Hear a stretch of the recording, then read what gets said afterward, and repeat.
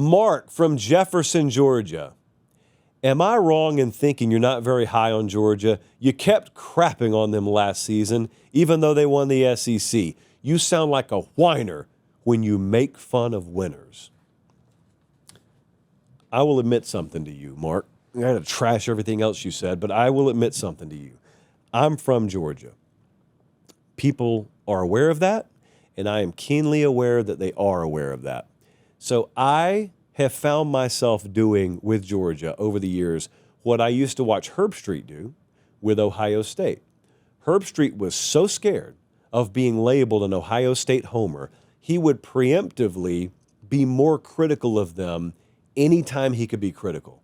Now, it's not intentional, but I have found myself doing that about Georgia because I know they're elite. So, you're going to praise Georgia a lot in any given year. So if there is this one or two or three little things that you can nitpick, do I disproportionately choose to point those out? I do. I am guilty of that. That's all I'm guilty of. Now, let's address point by point what you just said, Mark. I'm going to break it into two parts. I kept crapping on them last year. No, I didn't. I'll say exactly again what I said throughout last year.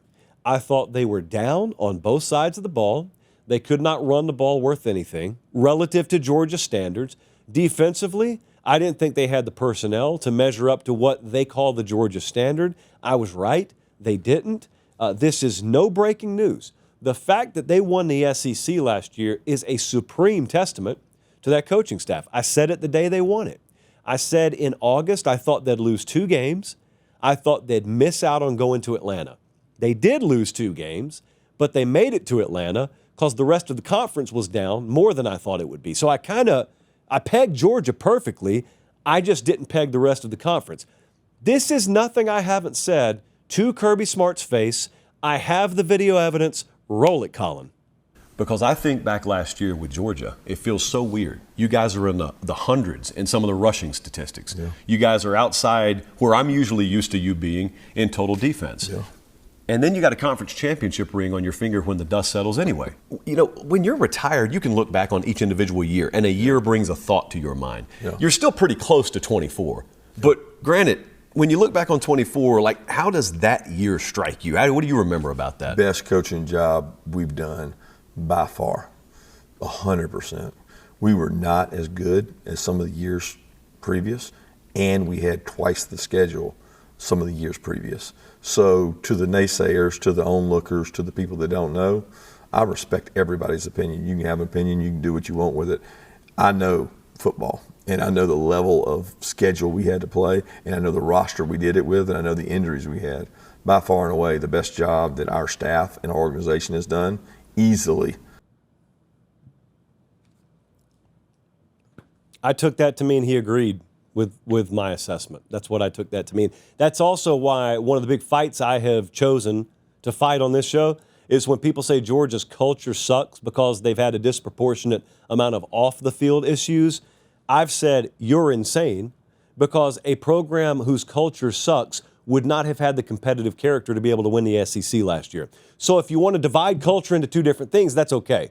But if you're just blanketly saying their culture's terrible, Mark, that's when I'm going to be with you, and I'm going to say, how does a terrible culture still win games? The naysayers would say, oh, well, great football players are going to win games regardless. No, they're not. No, they're not at all. Teams full of great athletes fail every year because the seeds are not planted in solid culture. So you can miss me with that. All right, then the second thing Mark said is he said, I sound like a whiner when I'm making fun of winners. I don't know that I've made fun of them. Jesse, Colin, you'll have to help me out with that. I don't know that I've made fun of them a single time. Even when I could have, which was when they lost to Notre Dame, I thought they had overachieved to get to that level. So I thought it was a testament. You remember a couple of years ago, when would that have been? The 21 season. Kirby and Georgia won the national title. Hey, quick timeout. Check and see if you're subscribed to the channel. If you're not, make sure you do. It's free. It doesn't obligate you or sign you up for anything. It just helps us keep the channel free. All right, back to the show. They beat Bama.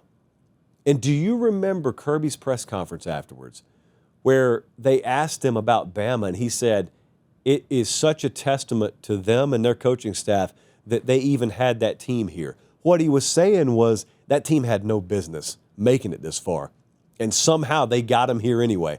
That was his team last year. That team had little business winning the SEC. Just by normal SEC standards, normal Georgia standards, that is a non-SEC title caliber team. They won it anyway.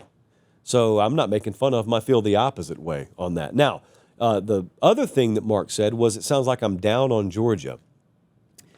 I haven't even come close to predicting anything for this year. My feel just right now is I think the odds for them are a little too high. I wouldn't call them the clear-cut number 1 or 2 favorite to win the conference right now, but that is being down by Georgia standards, because by normal standards, they're way up. Georgia standards be the best team in the country. So by that standard, yeah, I'm down on them a little bit this year. That run game, it's not as simple as it's back. That defensive standard, it's not as simple as it's back, especially when you just lost a lot more guys to the draft. So Gunnar Stockton, it's not just we lost a guy who could sling it all over the yard, but will improve. It's not as simple as that. And it is not an SEC East schedule anymore. That's what he keeps trying to tell you. It's what Kirby keeps trying to tell you. In his own subtle way, he's tried to recalibrate people's expectations because he knew the path they had every year where they got to play Vandy and Kentucky and for a vast majority of the time, a down Tennessee and a down South Carolina, and Florida's been down. That is not the world they live in anymore. Tennessee is not bad anymore. Bama's on there and have been for the past couple of years. They got Ole Miss again. Florida's on the rebound. They got to go to Auburn, which is never easy. Texas is on the schedule, which they beat them twice last year. But would you rather be playing Texas or, would you rather slide Vandy in there? All due respect. All due respect. So, if I'm down on them, it's just because I could see them going 9-3. Like, that's not some crazy concept. And in a former world, it would have been crazy to think that Georgia could go 9-3. So I'm not down on them at all. I'm thinking they may still be a little off the pace of what those vintage Georgia teams were. But you know what? They were last year, and they still won the SEC. So I don't think that's radical. I really don't.